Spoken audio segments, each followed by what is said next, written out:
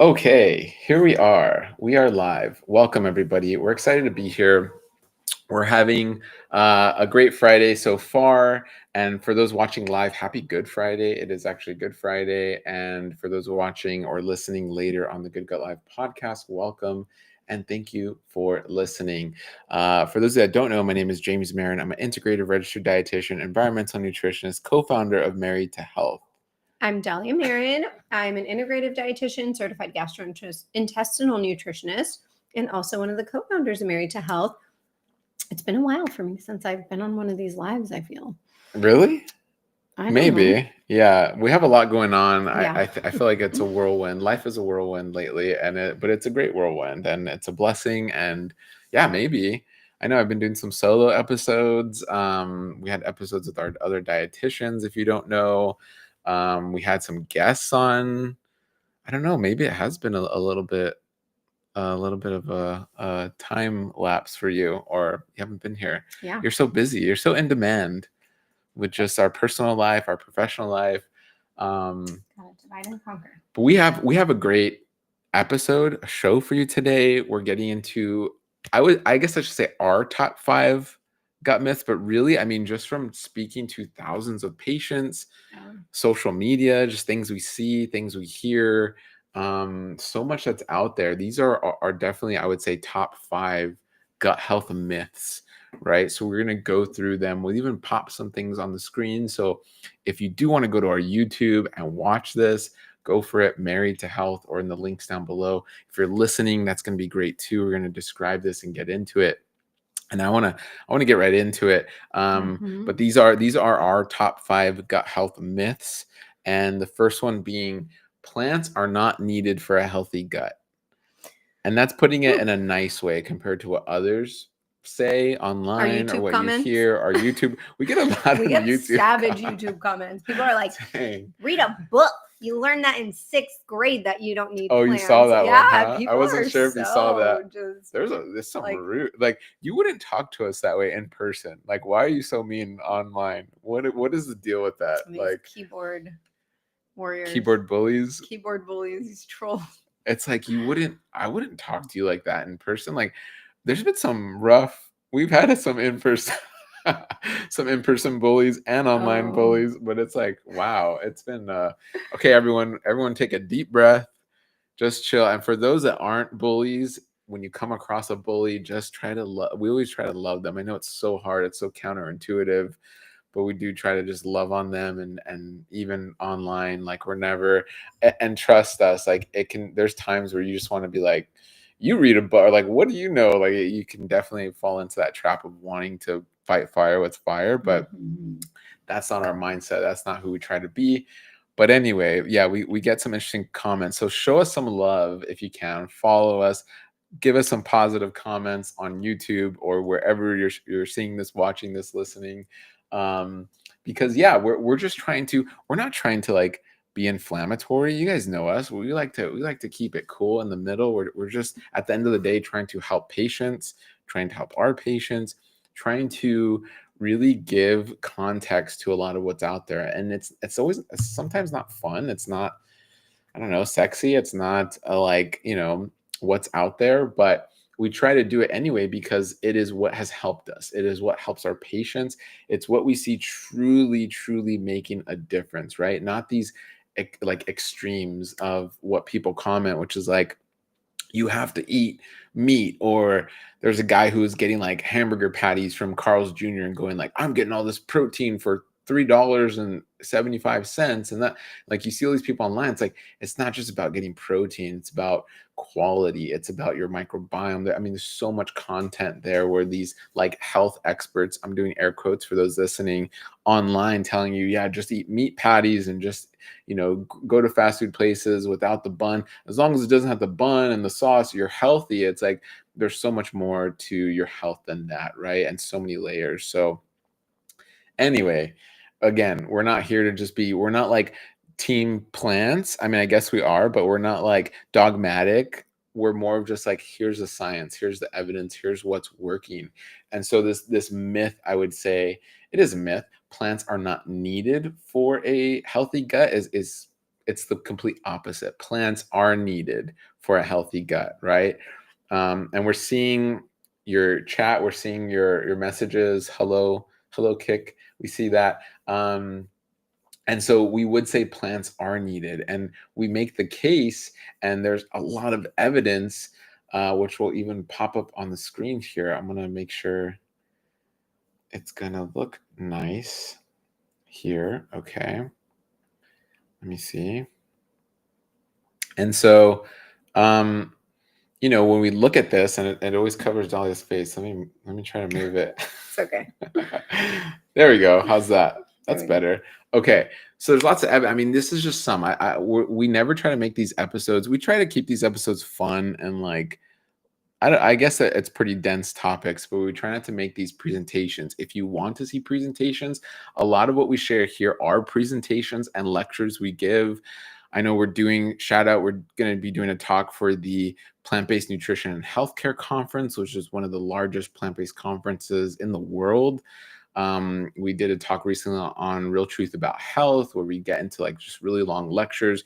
We've done talks privately with like supplement companies and even like Pancreatic Cancer Association, and we do like really in-depth lectures. We do a lot of them private. If you want us to come speak, hit up marytouth.com and contact us. We can do that. The podcast, we try to make this for everybody, whether it's your grandma listening with you or your 13-year-old. I mean, we try to help this be something you understand and can take home and can use, so that it's helpful and beneficial. So here's just a slide of just studies, right? This was part of a presentation we did, but we're not going to sit here and go back and forth with all the studies. They're there. If you want to screenshot this, pause this.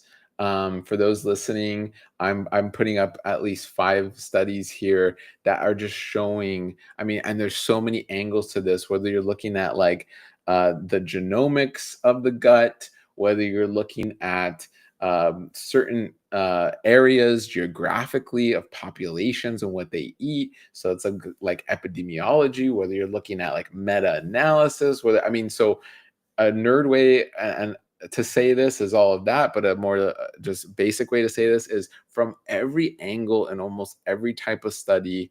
And this isn't cherry picked. These are just, we try to look for just really great, well-designed studies. Plants are key to your gut health, right? We see that in populations. We see that just across the board in very controlled studies, like plants are needed. And one thing we're seeing in the US, we live in the United States, is that many people are just not eating enough plants. And we see that in their fiber intake. Overall, all fiber comes from plants. And so if you're not eating enough fiber, you're not eating enough plants.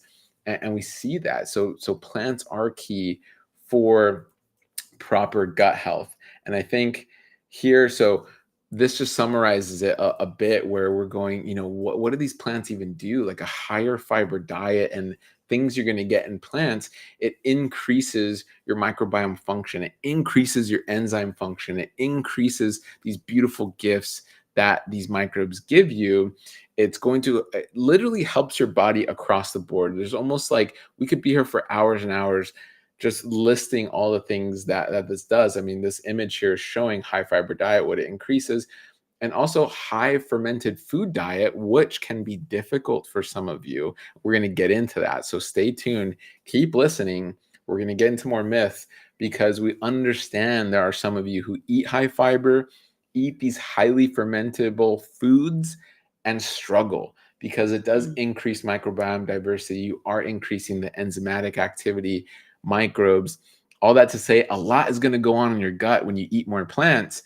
And if your gut isn't ready, you might not feel too great, right? So we're going to get into that. And that kind of does lead us into our next one, but I don't know if you want to comment. I think honestly, just one thing people kind of convolute and confuse is just because you may have symptoms when you eat plants, it doesn't mean you don't need them still. It means you need to overcome the reason that you have symptoms, whether that's gut imbalance, motility issues, gut barrier issues, inflammation, autoimmune. Mm-hmm. I think people really confuse nowadays their anecdotal experience with what the data shows of you may feel better off of plants because maybe you have one of those things going on that I mentioned, the dysbiosis, the motility issues, the barrier issues. You may feel better off of plants. That does not mean, one, that you are healed in any way, shape, or form, or two, plants are just ubiquitously not good for other people. So again, I think people are very bold online, very bold. But it's so important before you run to your keyboard and say these things, really read the data or at least be open to hearing it. I think it's one thing to ask a question. I love when people ask that. If I see them in an Instagram post and somebody's like, hey, can you send me the study you're referring to or show me the data? Love that. That person's curious versus someone who's like, no, you're wrong. And also you're ugly. So it's like, are you curious because you actually want to heal, or do you want to feel right and be righteous and just be mean also? Yes. Yes. And this is where we get a lot of comments like that too, as well as this myth. Plants have toxins. So this is myth number 2. Plants have toxins that destroy the gut. Dolly you want to show them this question? Plants have toxins that destroy the gut. So here it is. Is that true? I mean, what do you guys think? Is this truth? And so what we'd say to this is, I mean, yeah, it's not, there's Dolly's face. It's not entirely wrong. So we want to get into that a little bit, right? Like plants, technically, I guess you can call them toxins. We call them anti-nutrients. We've done full episodes on this. If you want to go back and listen to some of those as you look. But yes, they do. I guess we could say yes, but it's yes, not exactly though. Or that's not the entire story to say they have toxins, right? And I think what's important to understand is things that enter your mouth are not, they don't stay the same, right? So when a toxin enters your mouth, for example, you could technically eat snake venom, right? You could technically take snake venom and ingest it and you'd be fine. However, if it comes into contact with your blood, it's going to have a very different reaction.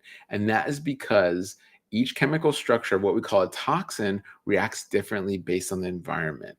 And when you put it into an environment of microbes, for example, these anti-nutrients, so there's anti-nutrients, let me try to change this. There's anti-nutrients like, there's anti-nutrients like oxalates and salicylates and phytates, lectins. We hear all these things.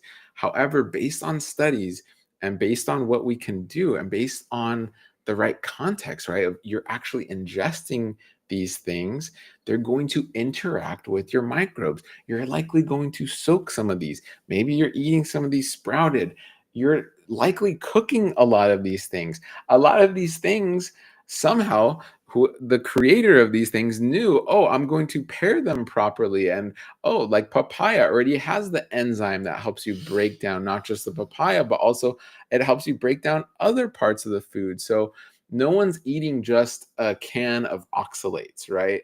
We're eating oxalates in a synergistic effect, not only with the food itself, other foods, and our cooking methods and our body. So here you're seeing oxalate getting broke down for those biochem nerds. We should just do a whole episode on biochemistry. I think that would be really fun. That would be probably our most popular episode, I think. Your dad jokes are not welcome here. And so, but this is what we study. I remember that was Dahlia's favorite class, was biochemistry and advanced nutrient metabolism, right? Like that was her favorite class. And so I remember doing the whiteboards. We do the whiteboards of all the nutrient metabolism.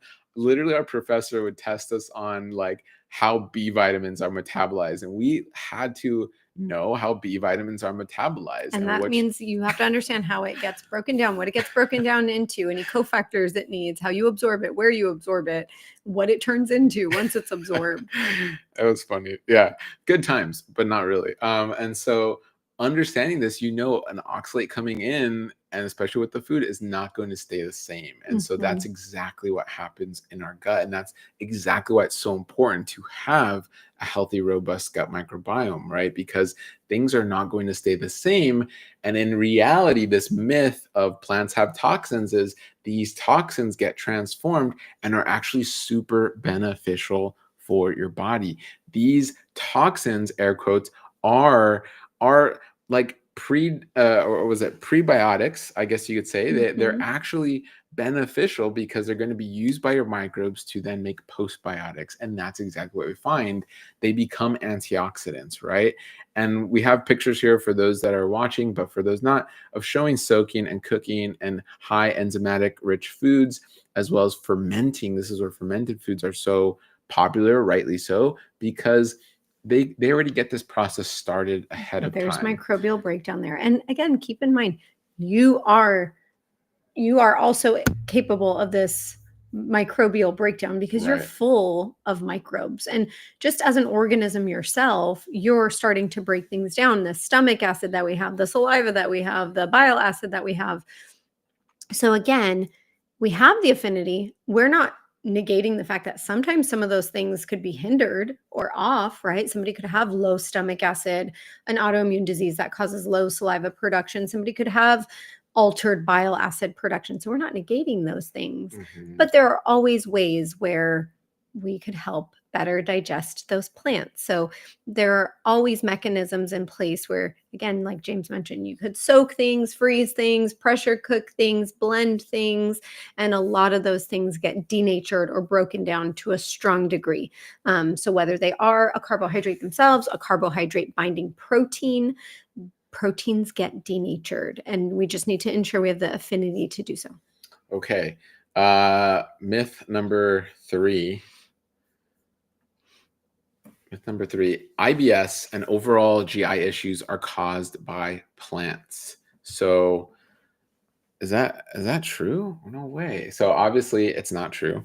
They're not caused by plants. So IBS and overall GI issues are not caused by plants, right? So this is not true. And more specifically, it is there are many other factors of why they're caused. So it's important to know that there are many reasons why you have IBS or IBD or all these problems, and they're not plants, right? Per se, but there's Per se. context. But it is true that in many situations, the plants can be the factor that lets you know there's a problem, right? You might find I'm fine until I eat broccoli, or I'm Mhm. fine until I eat onions and garlic. So the plants can certainly illuminate some of those problems that you have and help actually Mhm. identify some of those problems that you have. Hopefully, that they give some clues to you and your team, but they're not the reason that you have those things. Again, we were saying, I said kind of the overall umbrella of why some of those things are going on, but these are smaller reasons why you might have that dysbiosis. Things like antibiotic use, probiotic use, the foods that you're eating, the amount of inflammation that those foods will carry, Mhm. low prebiotic fiber intake, all of those go under that bucket, that category of dysbiosis and what could cause dysbiosis. Mhm. You could have motility issues, and that could be from anything from an injury or neurodegenerative disease. It could be from use of things like proton pump inhibitors, because that's going to affect motility and acidity. It could be things like your blood sugar that could affect motility. It could be other things that are affecting your gut barrier, like gut inflammation, increased production in your gut or around your gut of other inflammatory chemicals like TMAO and LPS, lipopolysaccharide. So, just so many of these other factors underneath. But certainly, if you have a lot of these going on, when you eat plants, you might not feel great because they're more complex to digest. Mhm. And not to say protein isn't, right? Because I do have a lot of my SIBO patients who are like, it doesn't matter what I eat. I could eat an egg, I could eat a, an almond. I'm going to feel unwell regardless. Or I can eat a fruit, or I could eat a vegetable. I could eat plant protein. I could eat animal protein. It doesn't matter. Mhm. I'm unwell when I'm eating. So something is not well. Yes. Okay. So, yeah, I want to go, I think for time's sake, we'll go to myth number 4. But to clarify that, I mean, it's not plants. Yes, plants can exacerbate in some ways, but it's again, what are they exacerbating, right? They're already building on something that's already somewhat broken, right? So it's like trying to collect water but the mechanism you're using, your cup has holes in it, right? And you're going like, oh, this water's broken. Well, no, it's your cup has holes and the water's leaking out, or you're continuing to spill the water, so you're not as efficient as you can be. And that's kind of where plants are kind of the scapegoat, where it's like, well, I ate broccoli and I felt horrible. As opposed to blaming the plants, you should say, well, why am I feeling horrible? What in my body or what has happened to my body that is now allowing me to feel horrible? So myth number 4, and this segues nicely, I feel worse after eating plants. So when you eat plants, you feel worse. Like I just said, you ate the broccoli, you ate the Brussels sprouts, you ate fill in the blank, beans, and what do you hear most even from patients? Legumes are always Cruciferous vegetables cruciferous, like we said, and Brussels allium sprouts. vegetables. Yeah, onion, garlic. Well, now you have fatty foods, which isn't. Again, it's not bad. Like, you have like fatty foods, which is a brand that takes out the allium vegetables, right? So it takes out the garlic and the onion and these things because it makes people feel so bloated. But is it, like we're saying, is it the plant, or should the question you should be asking is, why am I feeling bloated? Like what has led me to this point where foods that humans have been eating for thousands, if not hundreds of thousands of years, is now hurting my stomach, right? And there's many reasons for that. And that's the context we want to give. The wrong kind of context, and we can say that it's very wrong to just say blame the onion, blame the legume, blame the grains. It has, and then we look at these foods like, oh my gosh, it has lectins and it has these oxalates, and yes, that's what it is. It's like, no, it should be going, what's happened to us as humans can be explained. What's happening to us can be explained. And really a good picture of this is thinking of our gut like a factory line. And so your GI tract is very much like a factory, and things need to work because all systems from the beginning to the end rely on one another. And if someone is missing, something is fractured, this factory line can be messed up, right? This factory line will be messed up. And so very commonly, the way we see this factory line getting messed up is with this leakiness, right? Really what's happening is this leakiness. It's not the plants. This is why if you are eating plants and you feel a little bit worse, you have to understand, what is my gut looking like? What has happened to my gut? And a lot of times there's leakiness, and that's gut hyperpermeability, right? It is this degradation, and typically it's because most people haven't been eating enough plants, because we've grown up as children being picky eaters on antibiotics. The list goes on and on of all the reasons why. It's led us to have guts that are highly sensitive. It's led us to have this kind of abundance of issues going on, where it has this just compound ripple effect, just coming outward from the gut of all of these issues, and it just manifests differently for everybody, right? So everyone's gut and the way it reacts will just look different. That's where you have a friend who can eat and drink whatever they want and they're fine, where you eat a blueberry wrong and you're in the restroom, right? Everyone's a little bit different in that, and everyone, again, it'll manifest differently for everyone based on what they have going on. So it's very important to understand that. It's very important to have the context of, yes, you maybe will eat some plant foods and not feel great, but you need to understand why. You need to take time and effort and research, or find people that do this. Hopefully, hello, hi, Good Gut Live and Married to Health are here to help you understand this and not just continue to demonize food. We're really just sick of it, to be honest. Like, we're really just sick of just the whole demonization of food and thinking, yeah, it's the broccoli. It's not, right? And so that's why it's important to understand, okay, well, what is going on? What is the context, right? Okay. So is that, yes. We're on our fifth one.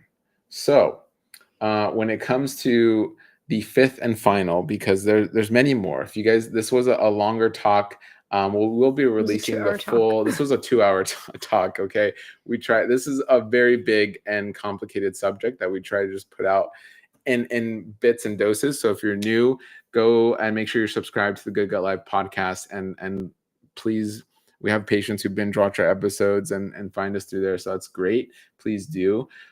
because this is big. This is a big topic, and it likely affects you or someone you know. So the fifth and final for this episode, this myth, I guess you can say, and we see this a lot. We hear this a lot with friends and family. We again see this a lot in friends and family. It is the idea that you don't need to be concerned about small GI symptoms. You don't, what's the big deal? Yeah, I've been constipated. Yeah, I got a little bloating when I eat XYZ food. I'm lactose intolerant. I'm just going to take my lactate and still eat my dairy and cheese. And, we see this all the time, right? Or even you already have a chronic disease going on. You have type 2 diabetes, you have heart disease, and you're getting some, now it's also add to that some GI issues, reflux, get acid reflux. I'm grinding my teeth, sleep apnea. You're building on all these symptoms. Don't worry about it. It's just tiny. I'm just gonna take fill in the blank. Proton pump Imodium. inhibitors, Imodium, like right, and it's okay. I'll live like this for 20 years, and then I'll take care of it down the road. Wow, that's a big myth, right? As you're procrastinating, as you're kicking the can down the road, things are not getting better. They're likely getting worse, and they're going to become harder and harder to deal with down the road. Or if your care team is like, yeah, you meet the criteria for IBS, right? Maybe you have discomfort more than 1 day a week on average for the last 3 months. You have discomfort or change significantly in defecation or urination or, stool form frequency, bowel habits, and you just have IBS. It's okay. It's not okay. You do want to know what's going on underneath that. You do want to know what you could be doing instead of just being like, well, I'm just going to stress every time I leave the house. I'm not near a restroom.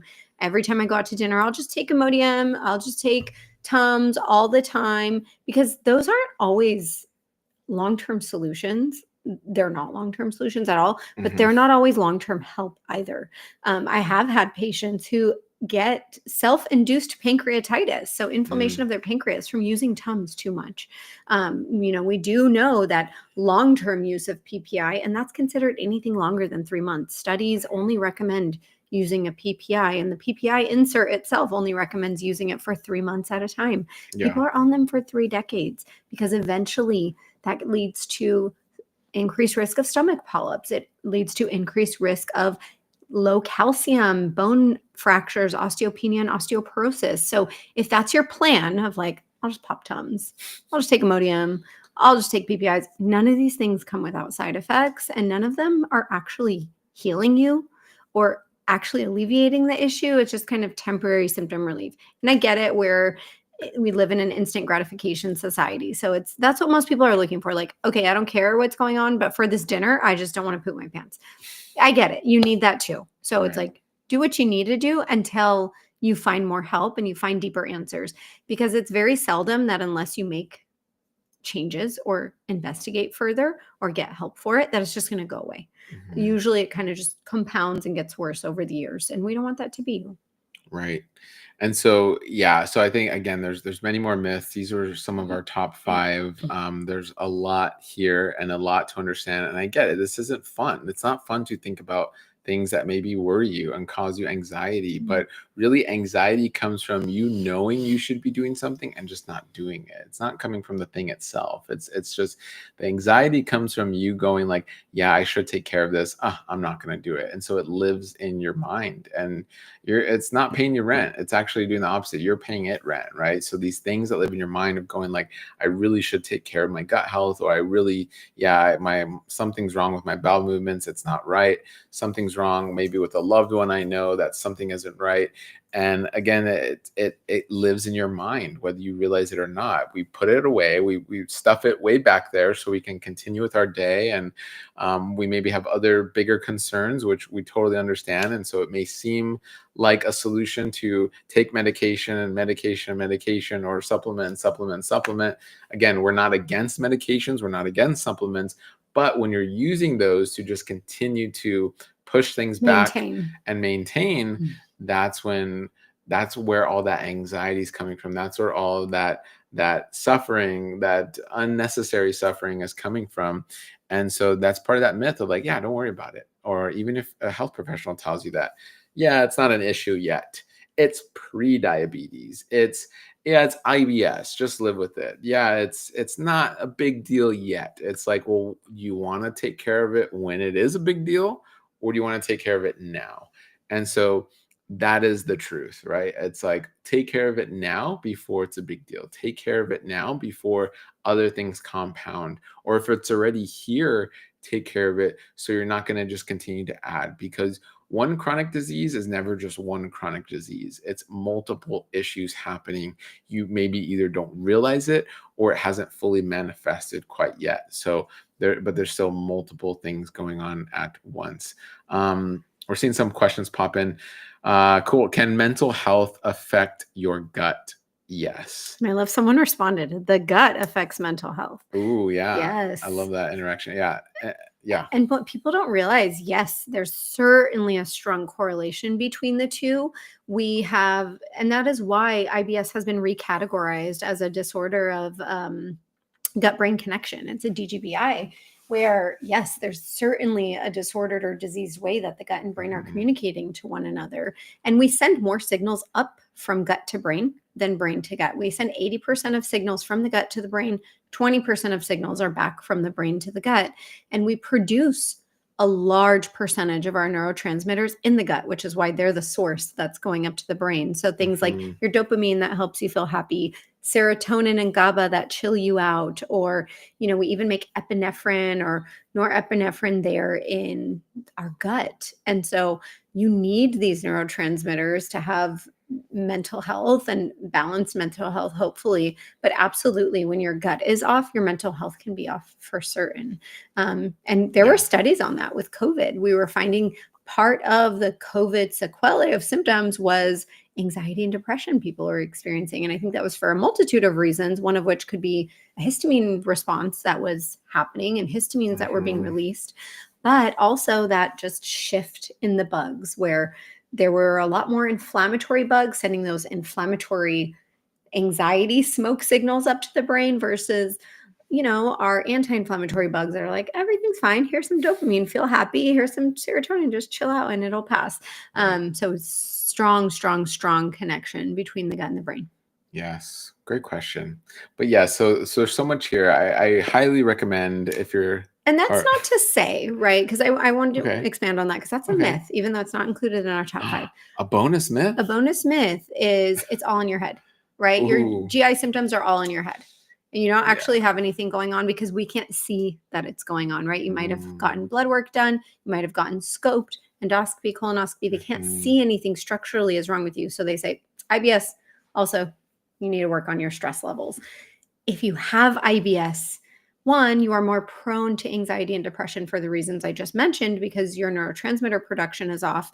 And two, it's a vicious cycle where it's going to make you anxious and depressed when you're missing out on life and dinners and parties and work because your stomach hurts or you can't stop having bowel movements. I'm working with a 13-year-old little boy who just literally overnight started having 12 plus bowel movements a day, had to be pulled out of school. And now he's so stressed that he's missed so much school for months. He's stressed about going back to school because he doesn't want to have to tell kids why he's missed 4 months of school. So that is very real for so many people, but absolutely they affect one another for certain and then becomes that vicious cycle.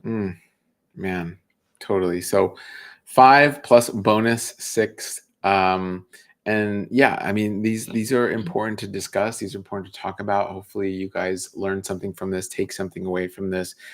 These are just 5 that came up and now bonus 6, but it comes from real concerns. It comes from real life. It comes from real patients. It comes from real situations of pain and suffering. And whether you're a kid or an adult or you have kids, it's wanting to prevent this pain and suffering. It's wanting to heal this pain and suffering. And that's where everything we do in our practice to everything we do online is coming from that place as people who have been through pain and suffering in their own life from chronic disease, from mental health, probably facilitated from poor gut health at an early age and and the list goes on, it comes from a place of wanting to change the world, wanting to change the way we care for patients, wanting to change the way kids grow up and parents raise their kids and what we eat and what's available. It's all connected, right? So if you want to learn more, go to marriedhealth.com.